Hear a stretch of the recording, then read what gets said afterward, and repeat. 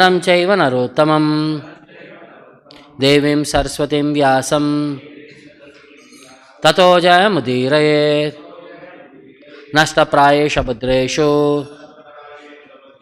नित्यं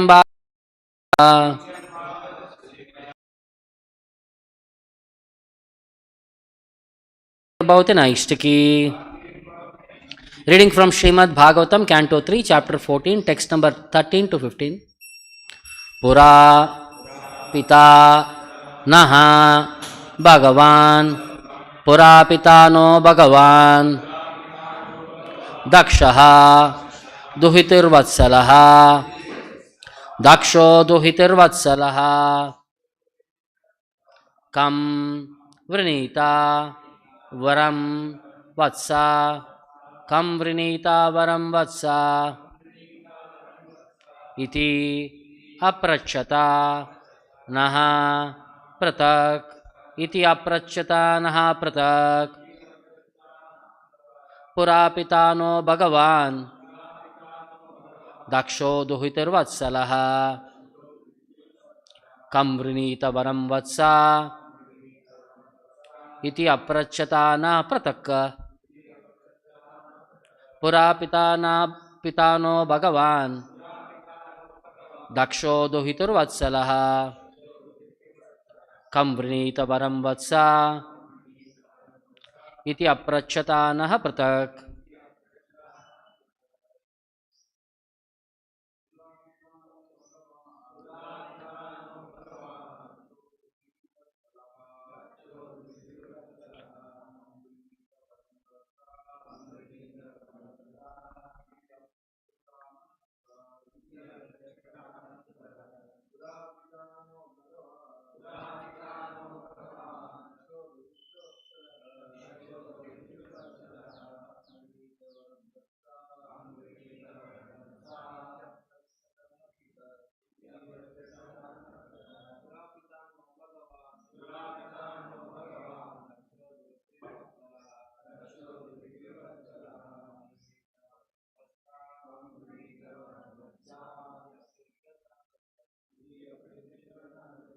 Pura, in days long ago, Pita, father, Naha, are, Bhagavan, the most opulent, Dakṣaha, Daksha, Duhitirvatsalaha, affectionate to his daughters, come unto whom, Vrinita, you want to accept, Varam, your husband, Vatsaha, O my children, Iti, thus, Aprachata, inquired, Naha, us, Pratak, separately. Translation and purport by Jagadguru Srila Prabhupada. In days long ago, our father, the most opulent Dakṣa, who was affectionate to his daughters, asked each of us separately whom we would prefer to select as our husband. Please repeat the translation. In days long ago, our father, the most opulent Dakṣa, who was affectionate to his daughters, asked each of us separately whom we would prefer to select as our husband.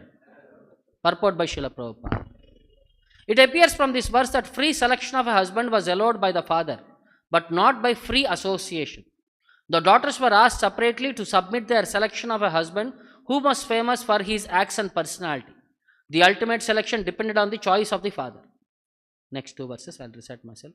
Saviditva atmajanamno abhavam santana bhavanaha trayodashadat tasam yaste shilam anuvrataha. Our well-wishing father Dakṣa, after knowing our intentions, handed over 13 of his daughters unto you, and since then we have all been faithful. Generally, the daughters were too shy to express their opinions before their father, but the father would accept the daughter's intentions through someone else, such as a grandmother to whom the grandchildren had free access. King Dakṣa collected the opinions of his daughters and thus handed over 13 to Kashyapa. Each one of Diti's sisters was a mother of children. Therefore, since she was equally faithful to the same husband, why should she remain without children? Atame kuru kalyanam kamam kamalalochana artopasarpanam bhuman amogham hi mahiyashi. O lotus-eyed one, kindly bless me by fulfilling my desire. When someone in distress approaches a great person, his plea should never go in vain. Diti knew well that her request might be rejected because of the untimely situation, but she pleaded that when there is an emergency or a distressful condition, there is no consideration of time or situation. Doesn't see Bhakti Vedanta purport. Om Ajnana Timirandasya Jnananjana Shalakaya Chakshuram Militam Yena Tasmai Shri Gurave Namaha Nama Om Vishnu Padaya Krishna Preshtaya Bhutale Srimate Bhakti Vedanta Swamin Niti Namine Namaste Saraswate Deve Gauravani Pracharini Nirvishesha Shunyavadi Paschatya Deshatarine Jaya Shri Krishna Chaitanya Prabhu Nityananda Shri Advaita Gadadara Srivasadi Gauravaktarunda Hare Krishna Krishna Krishna Hare Hare Hare Rama Rama Rama Hare Hare. So the further reasons of association of Diti requesting Kashyapa Muni, why she wanted to have children, are mentioned here.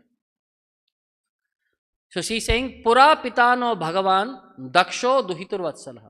Pura, formerly, Pitaha, our father, Bhagavan Dakshaha, the most opulent Dakshaha, who is Duhitar Vatsalah, who is very affectionate to his daughters. Kam Vrunita Varam Vatsa. She had asked us, whom would you prefer to have as your husband? Kim Vrunita. Iti Aprachita Naha Pratak.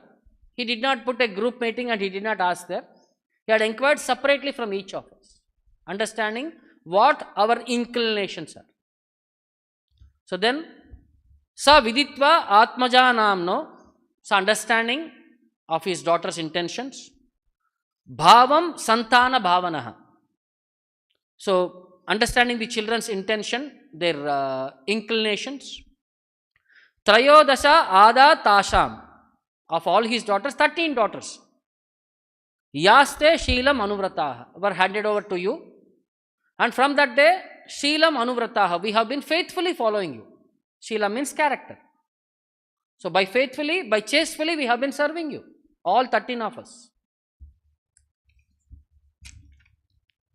Atame Kuru Kalyanam Kamam Kamala Lochana. Oh my dear lotus-eyed Lord, Kamala Lochana. Atame Kuru Kalyanam. Therefore, you should be auspicious to me. You should be beneficial for me. Kamam, you should satisfy my desire. Artopa Sarpanam Bhuman Amogam hi Mahishyasi. So, Artha Upasarpanam, for those who are in the distress, it's an emergency situation. Artha Upasarpanam Amogam hi Mahishyati. So, their request should never go in vain. Their plea should always be addressed upon, because somebody is in distress. Emergency situation comes priority to normal situation. So here, in a couple of points, Prabhupada was explaining, a daughter was given an opportunity to express her opinion, but the decision-making power is still with the father. So how the daughter will get to know whom she would like to marry? So whom she had heard about great personalities, because visitors used to come to their houses, and whenever there is a daughter of marriageable age, people come with various options. Okay, there is a great boy here, there is a great boy there. They describe their qualities, and by genuine effort, genuine respect to positions, so people might get attracted to them. Like Rukmini Devi, she never saw Lord Krishna, but she heard about Lord Krishna from various sages who had visited, even from Narada Muni who had visited their house. So by hearing, she developed an inclination to Lord Krishna. So similarly, other queens also would have happened that same perspective. So this is a traditional way how in Vedic style a woman will develop her inclinations are mentioned here. Then generally women daughters may not express her opinion directly to the father. So a woman will reveal her secret to another woman only.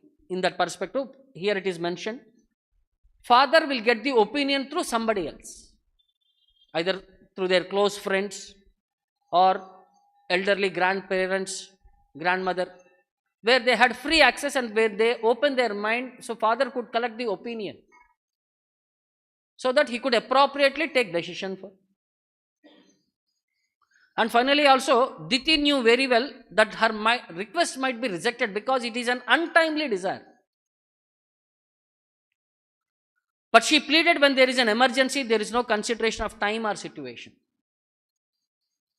So she was feeling it's an emergency situation. In her opinion, in general, that is not an emergency situation. See, everything happens by the will of the Lord is the point what we have to understand. Because that why the two personalities, Jaya Vijaya, had to be cursed, and many other perspectives are there. The Lord wants his incarnations to come to this material world. He has selected some of his devotees himself to become his villains, so that Lord takes this as a reason to come to this material world. So Prabhupada was saying the perspective of marriage in one address to a devotee. He says, so far as you getting yourself married, I have no objection, provided you agree to some points. First of all, you must promise that you will not separate under any circumstances. A marriage is a lifetime commitment. This marriage is serious business and not to be taken lightly. There is no question of separation in Krishna conscious marriages. Therefore, I am asking all those who want to be married that they sign over one paper promising that there will be no separation. See, what is happening is, like when we take initiation, we do commitment in front of 4 people. The deities, the spiritual master, the fire and the Vaishnavas. They are witnesses to us that we have taken commitment lifetime. We will be following 4 regulative principles and we will be chanting Hare Krishna. Similarly, marriage is also called as a sacrifice, Vivaha Yajna. It is for the pleasure of the Lord. A living entity is engaging in material pursuits, so that he is taking the responsibility of the family that they will also become liberated. He will produce Krishna conscious children. He will support the society. So it is a sacrifice. And where there is a fire, there is a Vaishnavas, there is Vishnu. So it is similar like a commitment what you are taking, that your boys said there is a commitment and the girl said there is a commitment. You have to adhere by that commitment. That's what Prabhupada is saying. It should not become a fashion. Modern day Kali Yuga marriages. Today married, in 3rd day they apply for a divorce. There are many such situations. First day marriage happened, 3rd day they applied for divorce. Or it is like a conditional marriage. On some conditions they get married. Or agreemental marriage. No, this is all not approved by Vedic style. In Vedic society, no girl was allowed to remain independent and unmarried. Independence for women means they become like prostitutes, struggling to capture some man who will take care of her.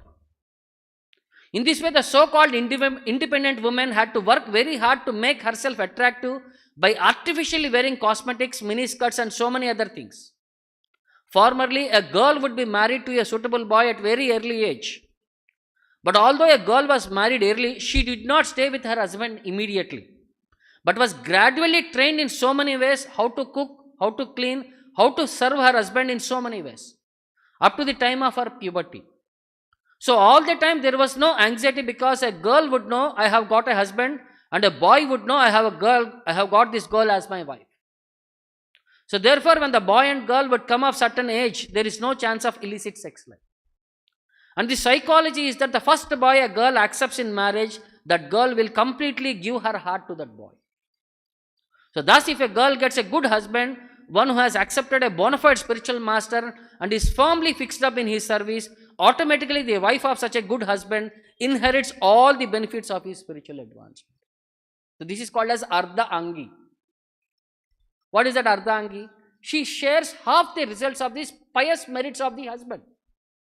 Because husband is qualified, he is engaged as a disciple of a qualified spiritual master, he is practicing spiritual principles, so his endeavor towards liberation will automatically be available for the wife. So in that way, she becomes faithfully serving the husband, she becomes qualified of going back home, back to Godhead. So, the point for us to understand here is sincere adhere service to the husband. And the husband should be qualified, first thing. So, in Vedic style, how many different styles of marriages are there? Shastra says there are 8 kinds of marriages. So, Dharma Shastras like Manusmriti explain 8 forms of marriage. Brahmo, Daivata, Arsha, Prajapatya, Asura, Gandharva, Rakshasa and Paisacha. These are called of 8 forms of marriage. So what are these individual things? Brahma means after a bachelor student had completed his Gurukula, his parents approached the girl belonging to a good family and asked them to give away their daughter in marriage to their son as a gift, Kanya Dhana. A marriage like this is called as Brahma. In this, the girl's family does not give any dowry or jewelry to the boy's family. There is no commercial transaction. And the goal of a Brahma marriage is dharmic advancement of 2 families. Then comes Daiva. Marrying a girl to a Ritvik priest during a sacrifice is called as Daiva. The parents in this type, after waiting in vain for an young man to turn up and ask for their daughter's hand, go looking for a groom for her in a place where a sacrifice is being conducted. This type of marriage is considered inferior to Brahma. This is second class. If a girl, no suitable boy had approached the girl's family, then they go in search of suitable boy. Then there is Arsha, a marriage in which the girl is married to a sage. The bride will be given in exchange for 2 cows. So there is an exchange happening. A woman is given in exchange of 2 cows. Because the cows are given in exchange of the bride, it shows that the groom does not have any special qualities. A noble marriage has no business transaction. So therefore, Arsha marriage is not considered as a noble matrimony. For example, Shavana Muni and Shukanya's marriage in Bhagavatam. So this is one example. Then Prajapatya. This is a matrimony in which a bride's father goes in search of a groom. Although this is considered as good as the groom's parents searching for the perfect bride. Then there is Gandharva. This is a love marriage, love at first sight or something what we hear at Dushyanta and Shakuntala's marriage. That is Gandharva Vivaha. Then comes Asura marriage. In this marriage, the groom is in no way a match for the girl. But her father or her relatives receive a good deal of money from the man who forces them to marry her to him. So he gives Kanya Sulka for getting married. Then comes Rakshasa marriage. The groom will forge battles with the bride's family, overcome them and carry away the bride to convince her to marry him. Like Samba fought with the Kurus to take away the girl Lakshmana. Even Krishna took away Rukmini by force from their family. So this is called as a Rakshasa marriage. Then there is Paisacha marriage. In this marriage, the bride's wish is not even considered. And it is because of that is considered the most inferior type. The female is forced to marry when she is not willing to marry the groom chosen for her. So this is called as Paisacha. The girl is not inclined, but he is forcefully married. So here, different styles. This is the Vedic styles of all these marriages. All these are approved. Some are inferior, some are superior in consideration. Now when a girl is married respectfully, as per Vedic tradition, Bhagavatam explains what are the qualities of a chaste woman. Now we understand Pativrata Shiromani, they are very chaste. So what are their qualities? So Bhagavatam glorifies them by giving certain qualities. Strinam cha pati devanam tak shushrushananukulata tad bandhushu anuvrittischa nityam tadavrata dharanam. A woman is considered chaste if she follows these 4 primary principles. Strinam cha pati devanam, who is serving a woman faithfully her husband, who is serving the Supreme Lord. So pati devanam, as a representative of the Lord, she is serving her husband, and he is working for a Supreme Lord, who is serving the Supreme Lord. Tat shushrusha anukulata, she should render service to her husband. Tat shushrusha anukulata, in a favorable way she should serve her husband. Then tat bandhushu anuvrittisha, she should be equally well disposed to her husband's relatives and friends. Then tad vrata dharanam nityam, to follow all the vows of the husband regularly. Strinamsha pati devanam, these are the 4 principles to be followed by a woman described as chaste. These are 4 primary principles. Then comes secondary principles. Sammarjana upalepabhyam gruhamandana vartanaihi swayamcha mandita nityam parimrushta parikshada.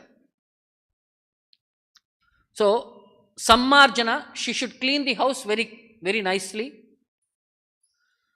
Upalapa abhyam, she should clean with water and suitable fragrant materials. She should maintain cleanliness everywhere. House should be clean. She should put rangoli. You should put some fragrance, incense inside the house. So it should maintain a favorable atmosphere. Swayamcha mandita nityam, and the house should be decorated very nicely. Personally, she should decorate the house, and she should decorate herself with golden ornaments. She should look nice. Paribrushta parichada, and she should have clean garments. House should be clean. Then kamer uchavachai sadvi, and the husband also should satisfy the desires, her desires, either big or small. Uchavachai. Then prashrayana dhamena cha, prashrayana, she should be modest. Dhamena cha, she should be controlling her senses. Vakyai satyai priyai premna, her words vakyai should be satyai, should be truthful. Priyai should be lovingly, she should speak. Premna, with affection. Kale kale bhajet patim, according to time, place and circumstance, she should serve her husband. Kale kale. Next, santushtata alulopa daksha dharmajna priya satyavak apramatta suchi snigdha patim tu apatim bhajet. So santushtata, she should be satisfied. Alulopaha, she should not be greedy. Dakshaha, she should be expert in her household activities. Dharmajnaha, she should be understanding of all religious principles. She should be expert in religious principles. Priya satyavak, she should be talking pleasingly and truthfully. Apramattaha, she should be very careful. Suchihi, she should be very clean. Snigdaha, she should be very affectionate. Patim tu apatim abhajet, she should serve her husband who has not fallen spiritual. So if she serves the husband with all these qualities, then what happens? The destination. Ya patim haribhavena, one who serves her husband, patim, haribhavena, as a representative of the Supreme Lord, or one who is always thinking of the Supreme Lord, haribhavena, bhajet sri riva tatpara, considering herself like Lakshmi Devi, serving always the husband Narayana, Sri Riva, tatparaha, considering her husband to be all in all. Hari atmana harer loke patyashrir iva modate, as the husband becomes qualified to enter into Vaikuntha Loka by serving Vishnu. As Lakshmi serves Vishnu, she, by serving her husband, becomes qualified to enter into Vaikuntha Loka. So, a faithful, a chasteful wife, by serving her husband, she naturally goes to Vaikuntha. So, Shastra is giving this perspective, not that they are left forlorn.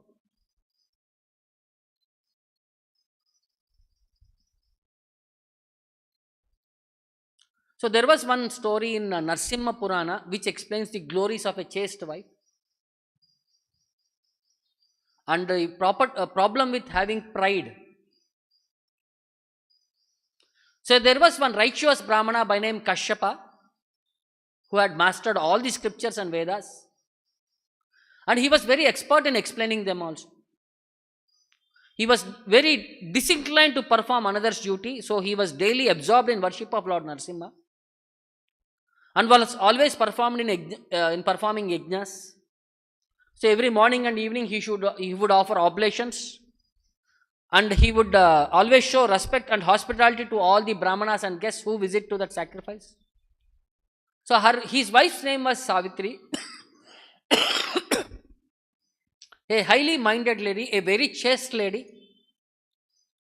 So by her virtue and by her qualities, by her spotless service, she became very devoted, chasteful, and she was endowed with the power of knowing things beyond the range of senses. Means she became like Trikalagnaha.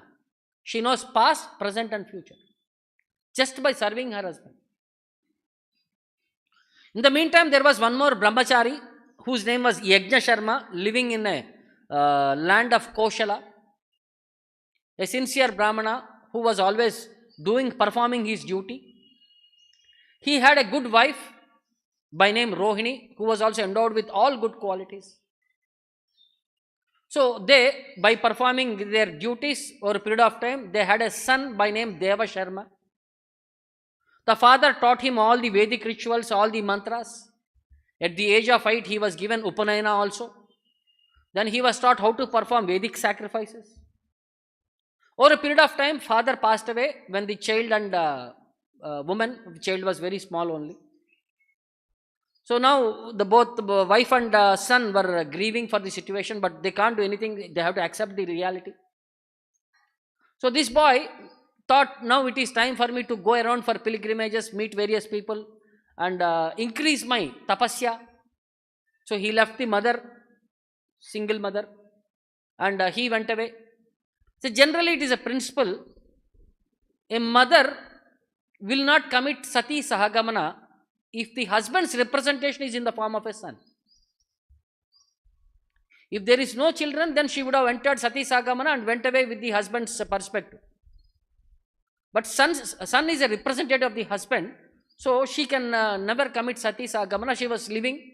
Now suddenly the son went away, she became like a forlorn lady, nobody to take care. She had to struggle very hard to maintain herself, to beg somewhere, to keep her life. So she was struggling very hard. So this boy went away to nearby Ganges river.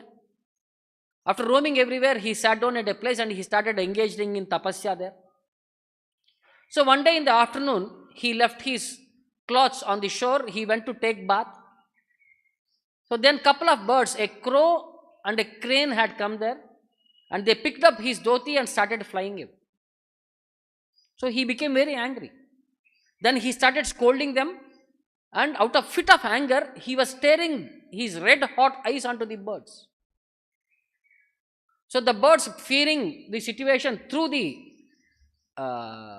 garment on the floor. So whenever they are fearful, they pass stool and urine. Whenever somebody is fearful. So out of fear, they pass a stool and urine onto the towel, onto his clothes. So he became even more angry, and he, with his red hot eyes, he stared at that birds, and they were burnt to ashes immediately. So he thought, I have become a great personality. There is nobody as superior to me. I am a great brahmachari now, he thought. Now after some situation, then he came back and he went to the nearby village for begging alms.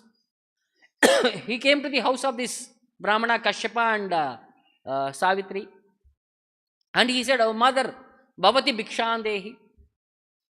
At that time, Savitri was serving her husband. Husband sat down for eating the food, and she was serving the husband. She saw the brahmachari at the doorstep, but she could not get away from her duty. So after the husband had finished the meal, she washed his feet. Then he went away to take rest. Then she came outside to give the alms. So he was made to wait for a long time. So he was becoming impatient. He was becoming angry. So when that lady appeared in front of him, he thought, because being disrespected, he started staring at her in a very angry mood. So Savitri could understand the situation. She said, I am not that birds whom you have seen at your red hot eyes and you are burnt. I am not a lady like that category. I am not a birds of that category. Then he was shocked. How could she understand what had happened, what I had done? Then she went home, she brought some alms and handed over. And this is not a proper etiquette. When you come as a mendicant, act like a mendicant. You cannot demand here. Learn the etiquette. So after he took the alms, he went away. Then he started wondering how this lady, she became more powerful than me. So he left the fruits everywhere somewhere on the process, and he went back to that lady's house lady.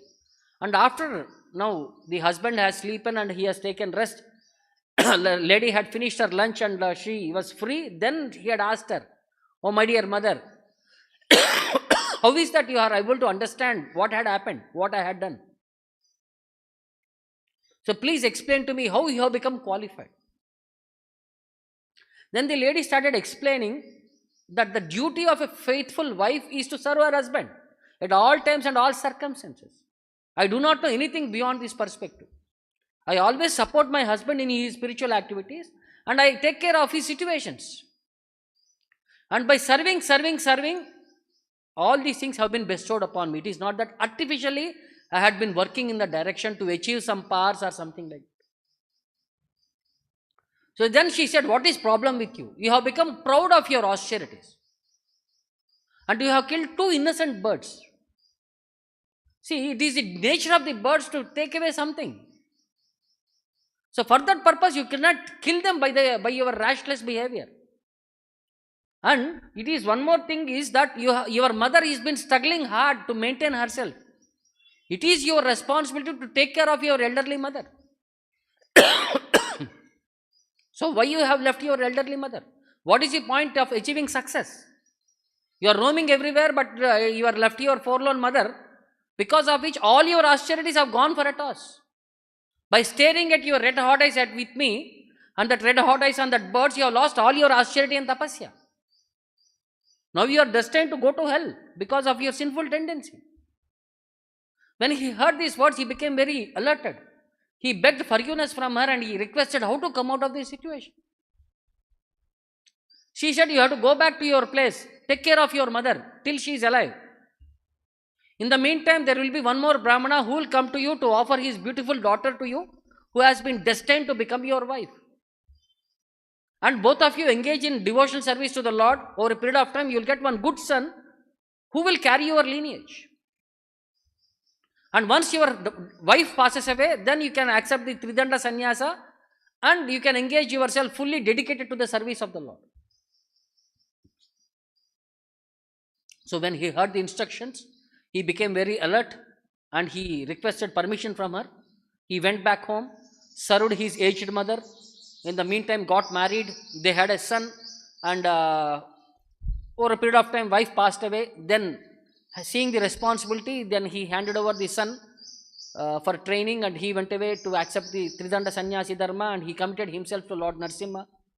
And over a period of time, he became successful in his endeavors, and he went back home, back to God. Now, what do we understand here? So, why he is asked to go back and take care of this mother? Generally, Shastras say, for one who has taken the commitment, Devarashit, Bhutatman, Ranam, Pitrunam, Nayam, Kinkarona, Charini, Charajan. For those who are completely dedicated to the Lord, there is no other duty, there is no family duty, there is no responsibility and all. Why he is asked to go back? See, this Deva Sharma is not come to the platform of spiritual understanding. He had renounced the house. Doesn't mean that he had taken shelter of a spiritual master. He had accepted the process of bhakti and he had become the disciple of a sincere, serious spiritual master. So he is in the karma kandiya path. He is not on the bhakti path. So rules of varnashrama dharma still apply to him.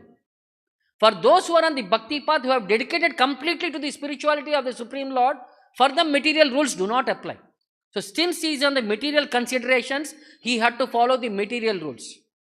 Like in Bhagavad Gita, Krishna says, everybody have to do their respective duties. Kshatriya, he has to do his respective duty. He is a grahastha, he has to do his respective duty. Following others' duty is imitation, and it will be problem for him. So in that perspective, he, since not liberated from his material duties, he has not accepted bhakti as the highest principle, he had to follow his karmic activity. Since he is a brahmachari, he has to get married, take care of his mother, take care of the family.